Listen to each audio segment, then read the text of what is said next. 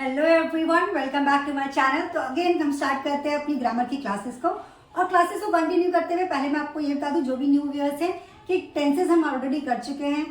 Modals we will start very soon. और आज की क्लास में हम करने जा रहे हैं प्रपोजिशन। अब सबसे इंपॉर्टेंट बात होती है कि प्रपोजिशन कहाँ लगाए जाते हैं। तो प्रपोजिशन यूज होते हैं हमेशा नाउन या फिर प्रोनाउन से पहले। किससे पहले लगाए जाते हैं? ये प्लेस होते हैं नाउन या फिर प्रोनाउन से पहले। अब नाउन क्या होते हैं? Noun is a name of a place, person और थिंग। और प्रोनाउन क्या होते हैं? प्रोनाउन होते हैं जो कि हम इसको रिप्लेस करने के लिए यूज करते हैं, जैसे he, she, it, this, that, these are pronoun. तो यानी कि आपको ध्यान रखना है, जब भी आप बात करें किसी नाम की या फिर ही, शी, इट, एनी नेम की, तो आप क्या करेंगे? लगा सकते हैं सेंटेंस में, अगर जरूरत है तो प्रपोजिशन। अब सबसे इंपॉर्टेंट बात कि प्रपोजिशन यूज क्यों किया जाता है? ये यूज किया जाता है टू शो, सेंटेंस में अगर आपको शो करना है टाइम, डायरेक्शन, ईटीसी, या प्लेस को भी आपको शो करना है, तो आप लगाते हैं उससे पहले प्रपोजिशन। तो ये तो हमने बात करी इंट्रोडक्शन की। इंट्रोडक्शन को ज्यादा ना करते हुए हम करते हैं बात वन बाय वन अपने प्रपोजिशन की। आपको ध्यान ये रखना है कि प्रपोजिशन हम अल्फाबेटिकली स्टार्ट करेंगे। Alphabetically means letter wise start करेंगे, नॉट अल्फाबेटिकली, लेटर वाइज। यानी कि ए से जितने होते हैं पहले हम वो करेंगे, फिर हम नेक्स्ट क्लास में करेंगे जितने बी से होते हैं। So let's start one by one. Let's start. अब स्टार्ट करते हैं हम ए से जितने भी प्रपोजिशन है, पहले मैंने यहाँ पे सारे मेंशन कर दिए हैं। We have at, after, against, along, among, about, across, above. So हम इन्हें वन बाय वन करने जा रहे हैं। सबसे पहले बात करेंगे हम आज एट की। हमने क्या सीखा है? एट लगाते हैं हम बिफोर प्लेस। ये तो आपने स्कूल में बहुत बार सीखा है कि आप कब लगाते हैं? एट लगाते हैं जब भी किसी प्लेस की बात करते हैं। अब यहाँ पे मैटर करता है कि प्लेस कौन सा है। जैसे कि मैं बात करूं इंडिया की और दिल्ली की, तो आपको ध्यान देना है कि यहाँ पे दो प्लेस है, इंडिया और दिल्ली। अब दैट इज डिफरेंट थिंग कि इंडिया में ही दिल्ली है, ओके। पर हमें ध्यान ही देना है कि जो स्मॉल प्लेस होता है, स्मॉल प्लेस कंपेरिजन में, ठीक है। जैसे कंपेरिजन में मैंने कहा कि आई लिव एट दिल्ली, ठीक है, आई लिव एट दिल्ली। और जब मुझे बात करनी है इंडिया की, तो मैं बोलूंगी इन इंडिया, ठीक है। तो कंपैरिजन में जो प्लेस छोटा होगा, before that you have to use at. अब इसी तरीके से मैं ऐसे ही बोल सकती हूँ, I live at Vijay enclave in Delhi. तो आपको ध्यान क्या रखना है कि यहाँ पे मैंने दिल्ली के साथ एट यूज किया और यहाँ पे मैंने दिल्ली के साथ इन क्यों यूज किया? क्योंकि यहाँ पे कंपैरिजन में दिल्ली क्या था? बिग प्लेस था, इसलिए मैंने प्रपोजिशन इन लगाया है। और यहाँ पे विजय एनक्लेव क्या है? स्मॉल प्लेस है। So before the small places ध्यान रखना है, कंपेयर करना है। जो छोटा प्लेस है यानी कि स्मॉल प्लेस है, उससे पहले आपको लगाना है एट। अब बात करते हैं सेकेंड यूज की, फॉर एग्जैक्ट टाइम। अब एग्जैक्ट टाइम का मतलब क्या होता है? बहुत बार आपको ऐसे बोला जाता है कि आप ठीक 4 बजे आ जाना, या ठीक 5 बजे आ जाना, या ठीक 10 बजे आ जाना। तो ये जो ठीक है, ठीक शोज कि आप शार्प क्या शो करते हैं कि इस टाइम पर ही आना है आपको, इससे लेट या इससे जल्दी नहीं आना है। तो जब इस तरीके की बात करते हैं तो आप लगाएंगे एट 10 o'clock। जैसे कि मैंने सेंटेंस लिया कि आप सबको कल क्लास के लिए 10 बजे आना है, तो you have to come at 10 o'clock। अब 10 o'clock का मतलब क्या हो गया? ठीक। I have seen some people use sharp at which doesn't give any sense, जिसका कोई मतलब नहीं निकलता, क्योंकि शार्प और एट दोनों का ही मतलब होता है ठीक उतने ही बजे। तो always keep in mind, sharp eight नहीं लगाना, आपको लगाना है सिर्फ एट। तो एट कब लगेगा? पहला हमने यूज देखा है इसका बिफोर द प्लेसेस, प्लेस से पहले, और कौन सा प्लेस? जो कि कंपेरिजन में छोटा होगा। सेकेंड लगाना है हमें टाइम से पहले, और कौन सा टाइम?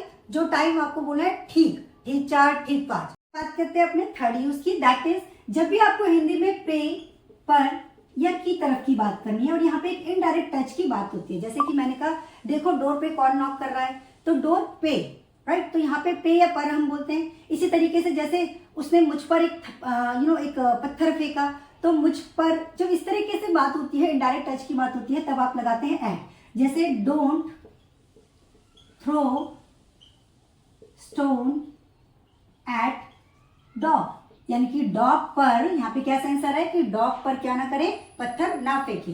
या फिर go and check who is knocking at door, यानी कि किसकी बात कर रहे हैं, जाओ और जाके देखो कि डोर पर कौन नॉक कर रहा है। तो जब इस तरह की बात करते हैं आप, तब आप लगा सकते हैं एट। इसका एक और एग्जांपल लेते हैं, जैसे मैंने कहा मुझ पर हंसो मत, तो डोंट लाफ एट मी, यानी कि मुझ पर हंसो मत। तो इस तरीके से हमने बात करी अपने थर्ड यूज की। इसका और भी यूज है, करते हैं अपने फोर्थ यूज को। जब हम बोलते हैं, जब आप परफेक्शन की बात करते हैं, फॉर परफेक्शन, परफेक्शन मीन्स आप बहुत बार इस तरीके से सेंटेंस बोलते हैं, वो मैथ्स में अच्छी है या वो मैथ्स के सवाल करने में अच्छी है। तो जब ये अच्छी है तो इसके लगाते हैं गुड। क्या लगाते हैं, गुड। और गुड से बाद हमें याद रखना कि गुड के बाद हमेशा हमें लगाना चाहिए एट। जैसे कि मैंने कहा वो मैथ्स में बहुत अच्छा है, तो he is good at maths. ये तो यहाँ पे नाउन था। अगर मैं इस तरीके से भी बोल सकती हूँ, मैंने कहा वो इंग्लिश बोलने में बहुत अच्छा है या तुम इंग्लिश बोलने में बहुत अच्छे हो, तो you are good at speaking English. So that's how आप यूज कर सकते हैं इसके फोर्थ यूज को, जिसमें हम शो करते हैं परफेक्शन को, यानी कि गुड वर्ड के बाद हमें लगाना है एट, नॉट इन। करते हैं नेक्स्ट यूज की, दैट इज फिफ्थ यूज। जब भी आप बात करते हैं फॉर प्राइस, और ध्यान देना है आपको यहाँ पे प्राइस कौन सा वाला प्राइस, सेलिंग प्राइस। कौन सा price, selling price, not purchasing price. ठीक है, जब आप सेलिंग प्राइस बताना चाहते हैं किसी भी चीज का, तब आप लगा सकते हैं एट। ध्यान देना है, selling price not purchasing price. Okay, जैसे मैंने कहा जो चावल है वो 80 रुपए किलो भी बिकते हैं और 100 रुपए किलो भी बिकते हैं। तो जब इस तरीके से बात करनी है, तो rice is sold, is sold क्यों लगाए, क्योंकि ये सेंटेंस पैसिव है। राइस इज सोल्ड एट ₹80 पर केजी। ठीक है, इस तरीके से भी आप शो कर सकते हैं 80 पर केजी। या फिर मैंने कहा full cream milk is sold at 66 rupees per litre. तो ध्यान देना है, जब भी आपको सेलिंग प्राइस बताना है तब आप लगाएंगे एट।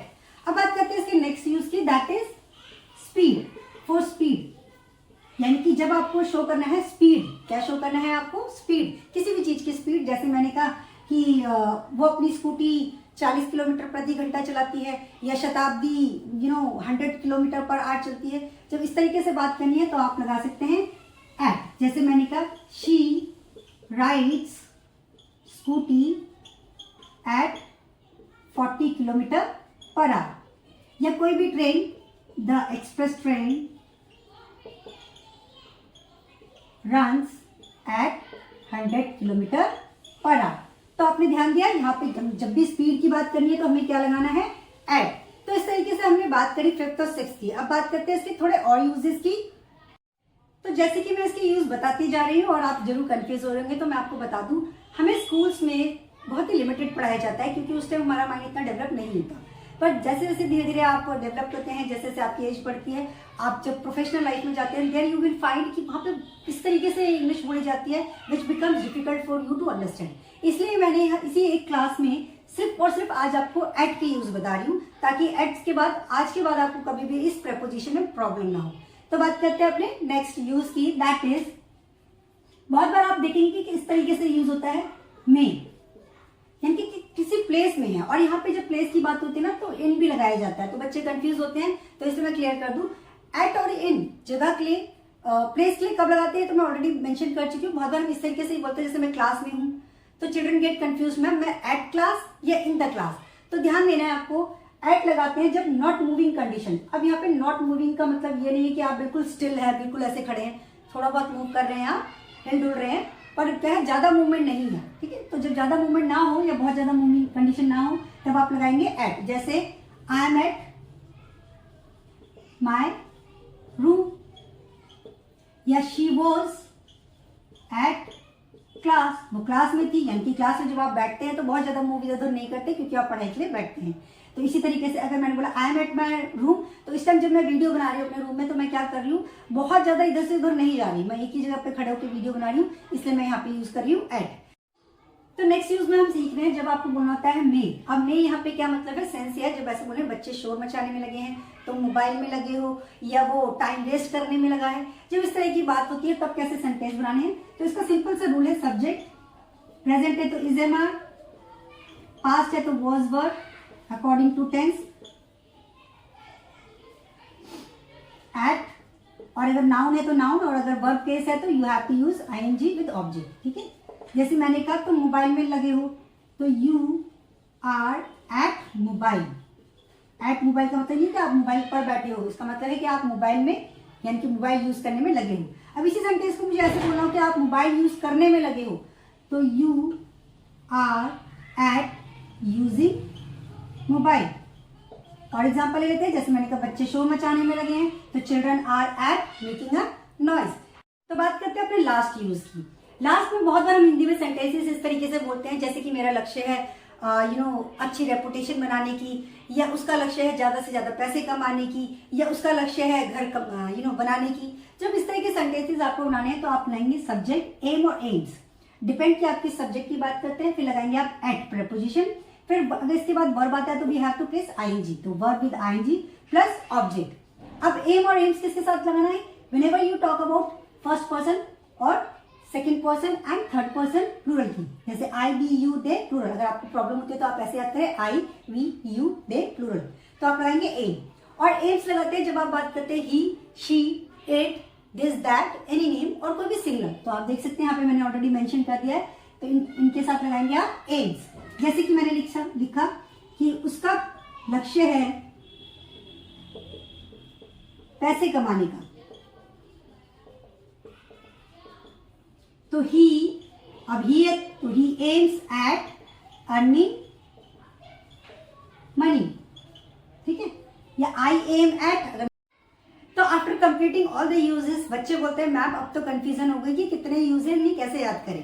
तो उसे याद करने की एक ट्रिक मैंने यहाँ पे लिखी है। आप क्या करें, सारे यूजेस एक साथ लिख लें। जैसे कि मैंने यहाँ पे लिखा है एट का पहला यूज मैंने आपको बताया फॉर स्मॉल प्लेस, जब भी छोटी जगह को कंपैरिजन में आपको बताना हो। एग्जैक्ट टाइम, जब आपको ठीक 4 ठीक 5 बोलना हो। जब आपको इस तरह बोलना है कि मेरे ऊपर या दरवाजे पर, तो इस तरीके से एट लगाना है। Knocking at door, don't throw water at me, right. लगे होना, जैसे बच्चे शोर मचाने में लगे हैं या वो बकवास करने में लगा है, तो ही इज एट क्रैपिंग, राइट। जब भी आपको गुड वर्ड यूज करना हो सेंटेंस में, जैसे she is good at speaking, she is good at maths, she is good at English. और फिर प्राइस, और कौन सा price? Selling price. Selling price कौन सा? बेचने वाला। जैसे it is sold at rupees, not in rupees, it is sold at rupees 100, 200, जितना भी आपको ना। और किसी भी चीज की स्पीड, जैसे wind is blowing at this speed, है ना। या फिर जब आप बोलते हैं घर में, और जब आप ज्यादा मूव नहीं कर रहे हैं तब आप लगाएंगे एट रूम, एट होम। और लास्ट यूज मैंने बताया लक्ष्य, जैसे उसका लक्ष्य है, मेरा लक्ष्य है, जो भी है, एट वर्ब विद आईएनजी। तो इस तरीके से आप बाय दिस ट्रिक आप अपने माइंड में सेट कर सकते हैं। और आज की क्लास में सिर्फ हमने एट की बात करी है, क्योंकि आई डोंट वांट कि मैं सारे आपको एक साथ करके और आपके माइंड को ओवरलोड कर दूं। So in next class we will go for the next use.